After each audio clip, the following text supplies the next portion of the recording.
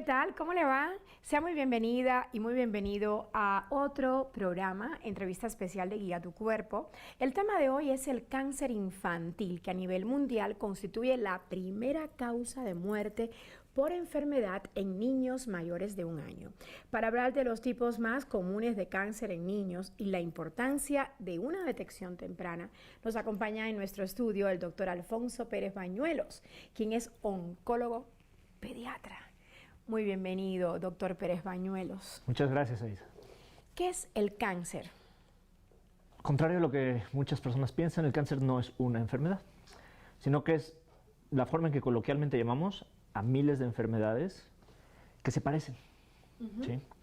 Lo que se enferma en el cáncer, en realidad, es el ADN de las células, lo que nos hace únicos y que trae como la información para todo lo que haces en tu cuerpo, todas las funciones de tu cuerpo. Lo que se enferma es el ADN, muta el ADN y las células se vuelven locas, empiezan a reproducirse de manera anormal.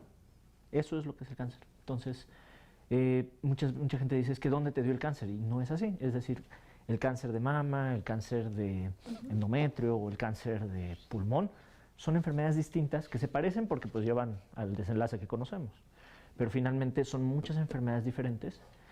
Y esto es importante decirlo porque ahí radica una de las grandes diferencias del cáncer infantil con el cáncer de adultos. Porque en niños son diferentes, son otro tipo de tumores. Doctor Pérez Bañuelos, ¿y cuál es la causa o lo que provoca que un niño tenga cáncer? No lo sabemos. Es algo que no... Algo que se está investigando. En realidad es algo que tal vez no sepamos, a pesar de que se investigue del todo. Y que lo que realmente tenemos que enfocarnos es en encontrarlo a tiempo. Claro, pero de igual manera por ahí se dice, no comas esto porque te provoca cáncer, tal enfermedad te puede llevar a que tengas cáncer. Y así vivimos con esas limitaciones, para decirlo de alguna manera. Sí, exactamente. Por todos lados, todo da cáncer, ¿no? Y yo tenía un maestro de oncología que decía, vivir da cáncer. Y eso es cierto.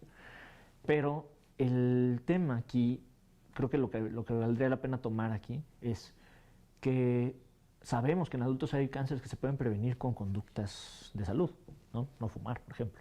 No fumar, por ejemplo. No, eso es muy importante. O sabemos que cierto tipo de dietas dan más prevalencia de cáncer gastrointestinal, como es el caso de los japoneses, con la cantidad de pescado que ingieren, ese tipo de cosas. Entonces, lo que sí ¿Y el se azúcar sabe, también?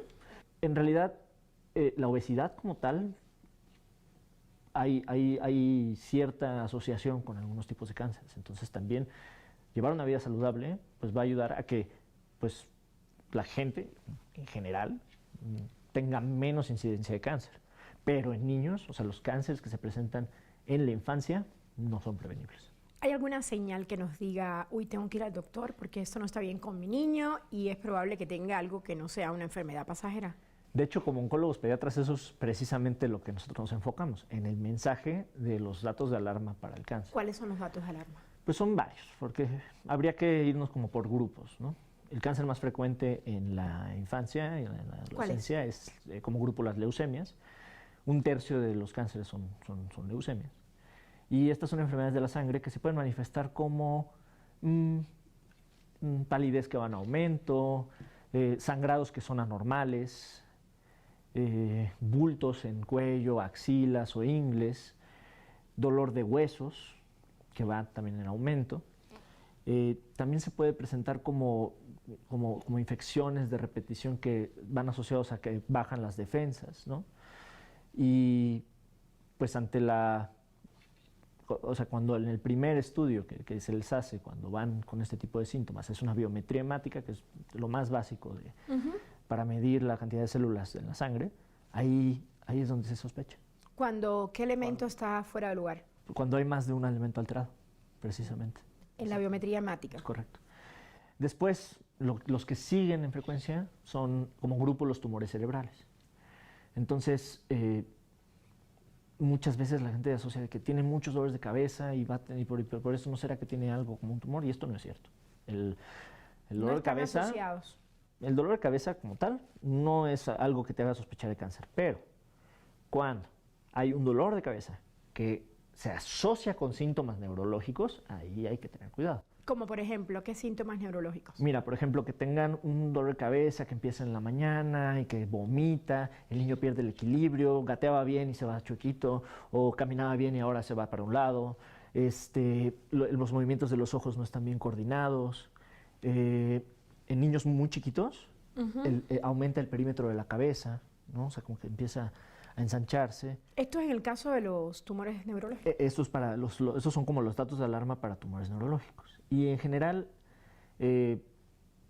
normalmente es cuando hay como síntomas neurológicos que le llamamos focales, es decir, algo en el cuerpo no está haciendo su función normal. ¿Y el niño lo siente? ¿El niño siente que tiene un problema serio? No, normalmente es como pues, labor de papás y de médicos hacer la detección.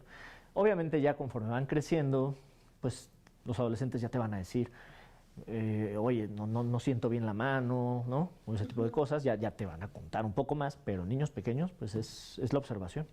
Hay que estar muy vigilantes. Sí. Otros, pues son que salgan bultos en alguna parte del cuerpo, que salgan bolas, ¿no? Eso sería como lo lógico. Por ejemplo, en tumores de hueso, es un dolor localizado en alguna de las extremidades, lo más frecuente es la zona de la rodilla, pero también puede ser en húmero o en cualquier parte del cuerpo. Dolor de hueso que va en aumento localizado y que después limita la movilidad. Eso es como ya no puede mover el pie o ya no puede cargar la bolsa. ¿Cuáles son los tipos de cáncer más recurrentes en niños? Leucemia, que son los de la sangre. Como grupo. Y luego los neurológicos, y luego ha dicho lo de los huesos. Ya después de los primeros dos grupos grandes, el tercero serían los linfomas, que son tumores de los ganglios. Esos se manifiestan como bolitas que van en aumento, o sea, que van creciendo y creciendo a pesar del tratamiento. Y ya después depende de la edad. En niños pequeños, los tumores abdominales, los tumores en ojo.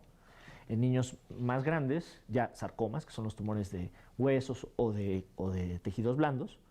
O tumores, por ejemplo, del testiculares o de ovario.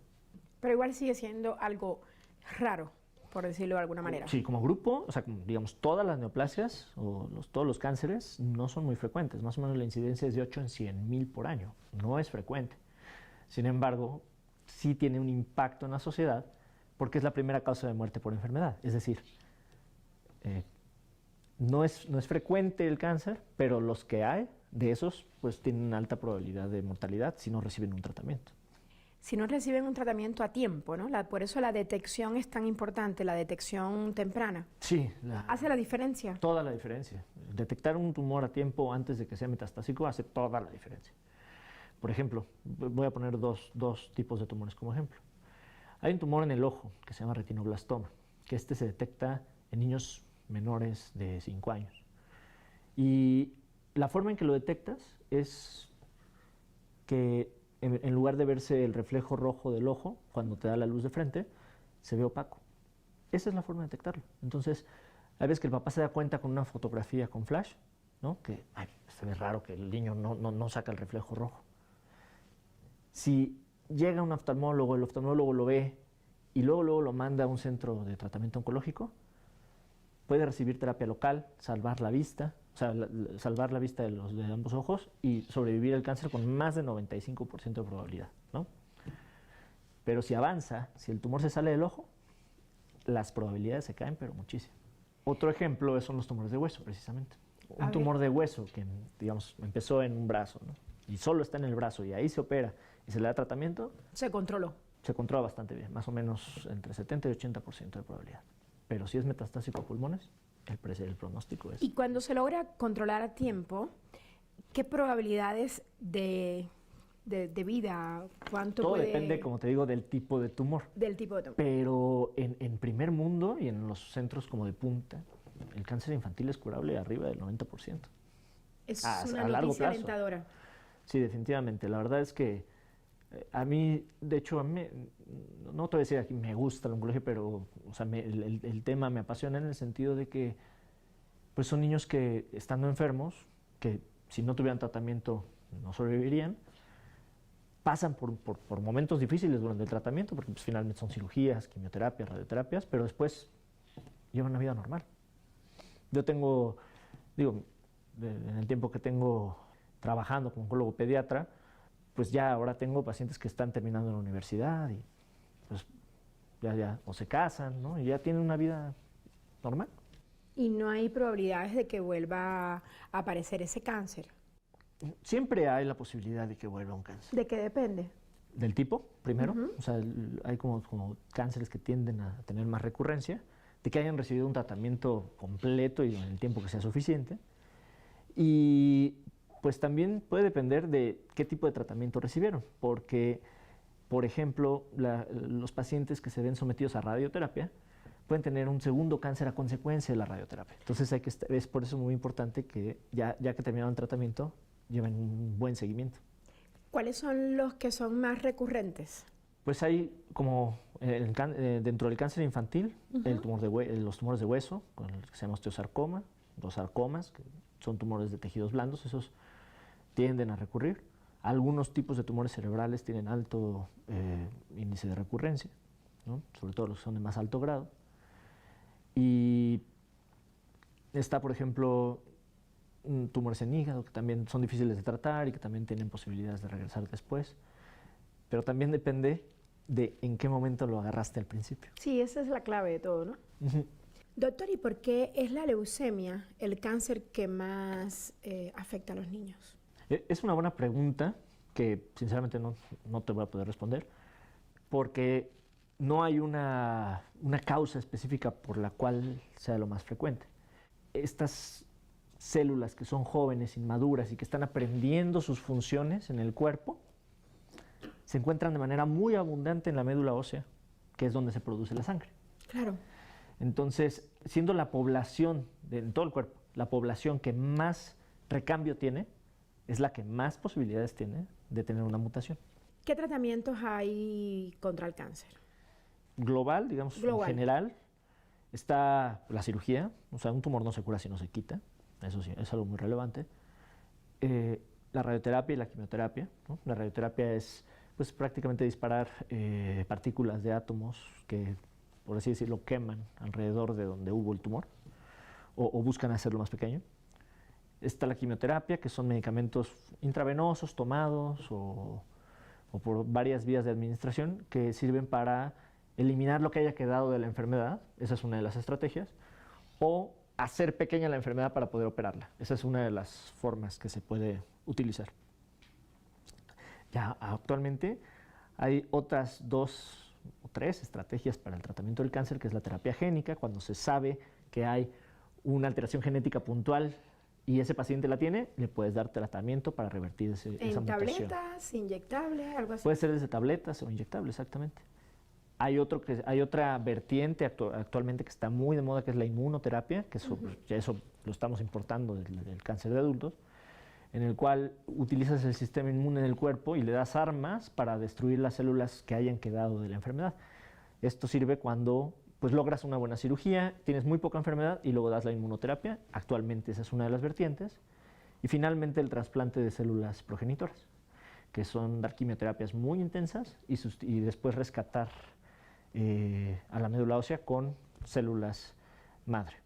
Esa es otra de las estrategias para el tratamiento del cáncer. Quiero preguntarle si existen o no tratamientos alternativos, pero ya tenemos que hacer una breve pausa. Al regreso continuamos abordando este tema. Ya lo saben, estamos conversando con el doctor Alfonso Pérez Bañuelos y ya regresamos con ustedes.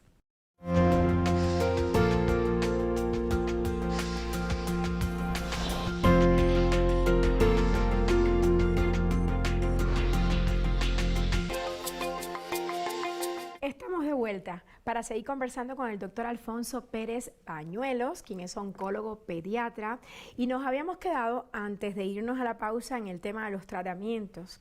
Y bueno, justamente nos llegaba una pregunta de @AISAentrevista, que es la cuenta de Twitter de este programa, y nos preguntaban si existen tratamientos alternativos.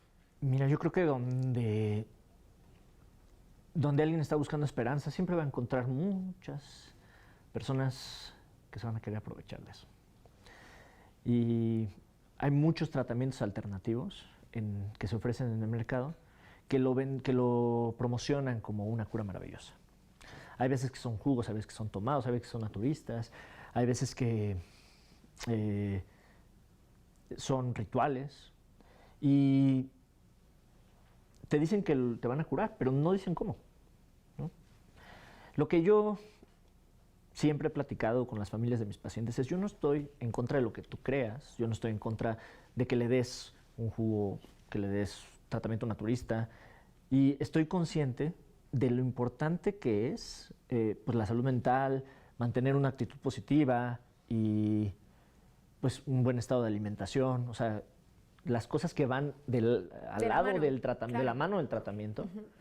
Y entonces, sinceramente, yo les digo que mientras no interfiera con los tratamientos que sabemos que pueden dar una cura, o al menos una alta posibilidad, pues que le sigan. Ahora, el tema del precio de los tratamientos alternativos puede ser un tema, porque si de por sí el tratamiento puede ser muy costoso para la familia en términos pues de dinero y de tiempo. Claro. ¿Y de qué depende el tipo de tratamiento que usted como oncólogo escoge? ¿Depende acaso del tipo de cáncer?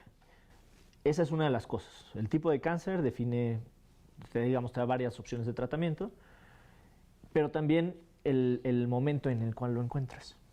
Sigue siendo decisivo. Un cáncer avanzado va a necesitar un tratamiento más robusto. Si la mamá tuvo cáncer antes de dar a luz al hijo, ¿este es un factor que puede desencadenar cáncer? Para cáncer infantil, no. Incluso si el hermano tiene cáncer, no quiere decir que el paciente va a tener más probabilidad de cáncer. ¿Sí me explico? Pero, por ejemplo, si la mamá tuvo cáncer de mama en edad temprana, pues la niña que nazca va a tener riesgo de cáncer de mama en la edad adulta.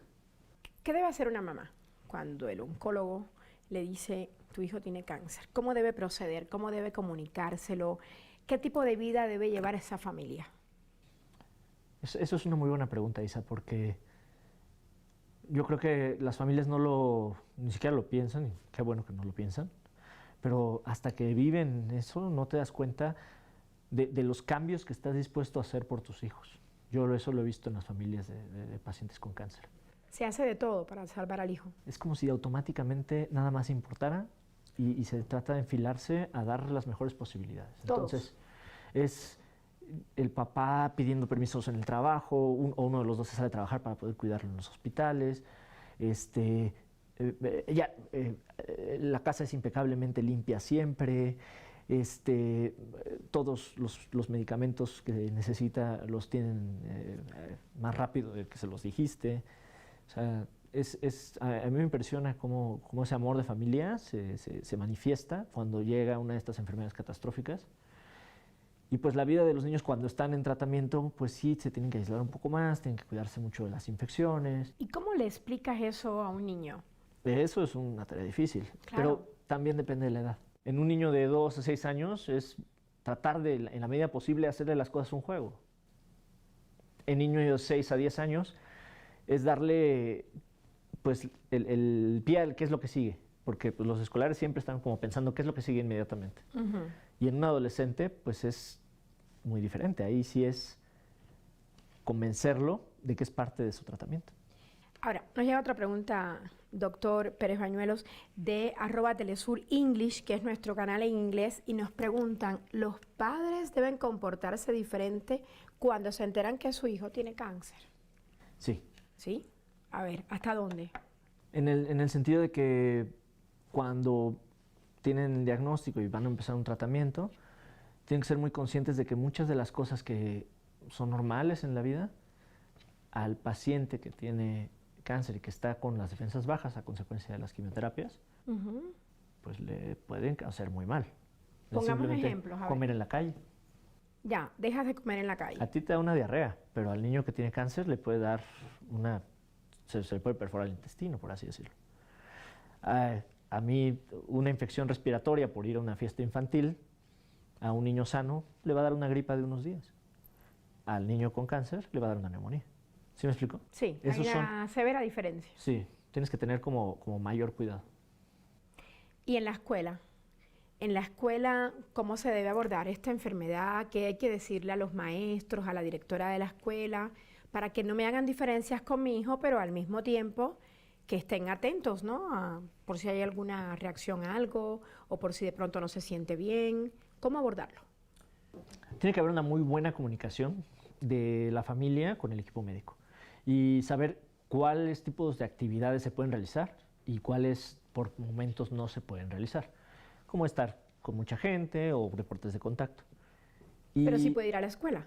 Sí, un niño que está en tratamientos como de cáncer se lava las manos muchas veces más que los niños. No se quita su cubrebocas. O sea, sabe muy bien qué es lo que le hace mal. Y eso es pues, los papás y el equipo médico. Finalmente es la misma comunicación de la que te hablaba.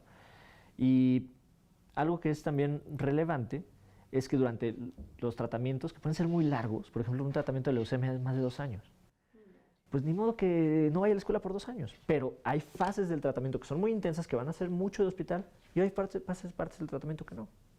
Entonces, con que el equipo docente esté enterado, ¿no? Que los maestros sepan, cuando le pasa esto a este chavito, tiene que ir a buscar al doctor, pues en ese momento le hablas a los papás.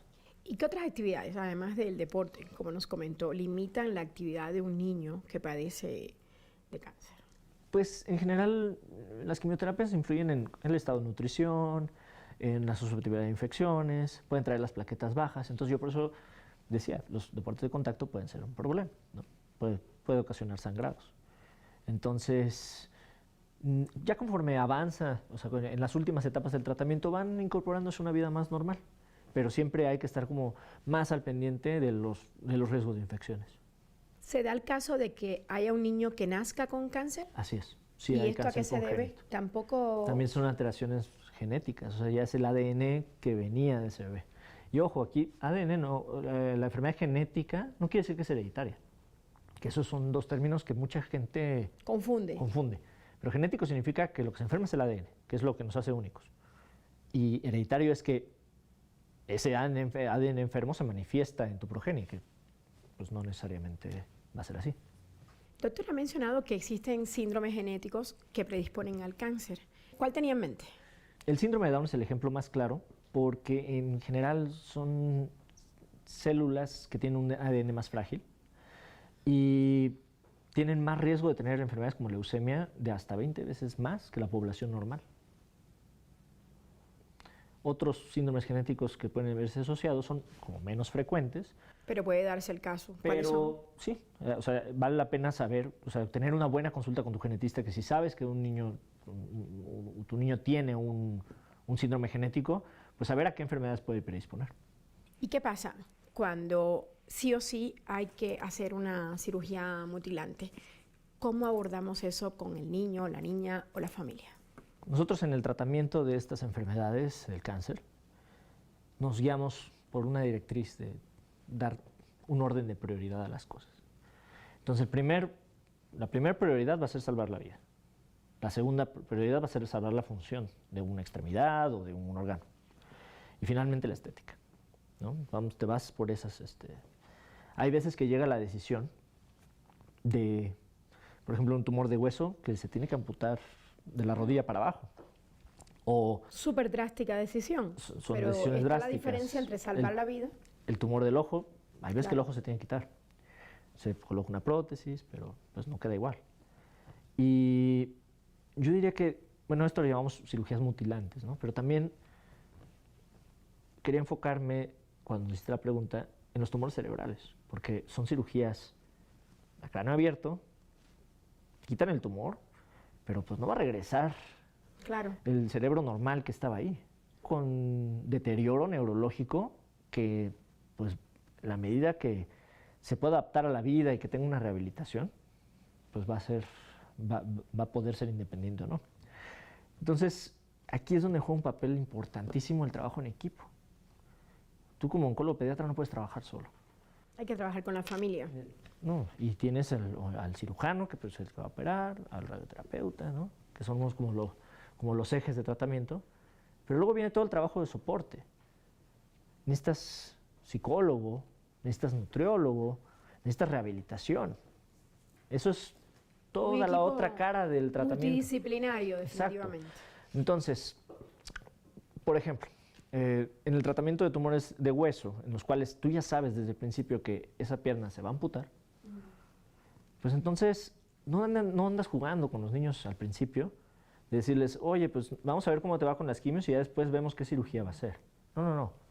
Vas a empezar ya terapia, vas a empezar con psicología, vas a empezar a tener una preparación para que en el momento en que llegue la cirugía, pues ya hasta el niño se mete solito a la cirugía. Y lo acepte. Y, o sea, de alguna manera. De alguna manera lo tienes que aceptar.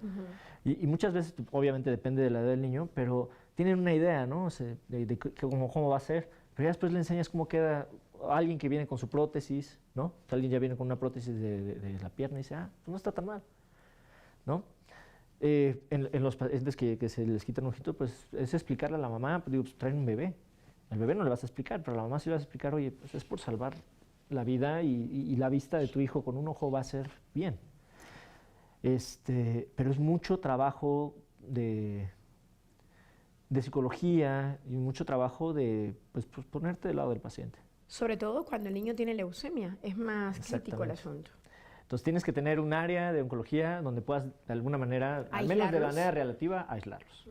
Tienes que tener acceso a quimioterapias, tienes que tener personal de enfermería que sepa ponerlas, porque no es como poner cualquier chocho.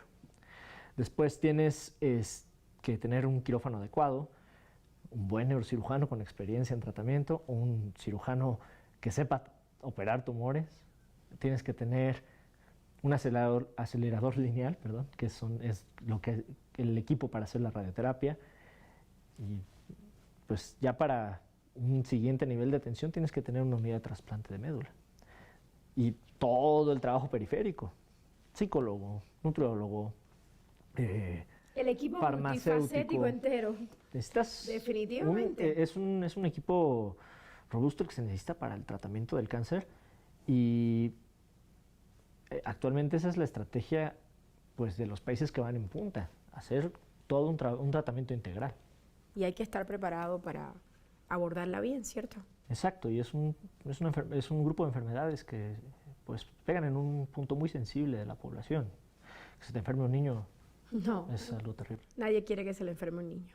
Gracias, doctor Pérez Bañuelos, por estar hoy con nosotros en entrevista especial de Guía tu Cuerpo. Muchas gracias, Aisa, a ti por la invitación. Y nos despedimos, pero ya lo sabes, recuerde bien, el cáncer en niños no es prevenible, pero sí puede detectarse a tiempo y es clave, es crucial para recibir un tratamiento adecuado, para prolongar la vida del niño y para que tenga calidad de vida. Así que, bueno, cuídese mucho y ámese más. Los veo de hoy en 8 días con otro tema de salud. Nos vemos.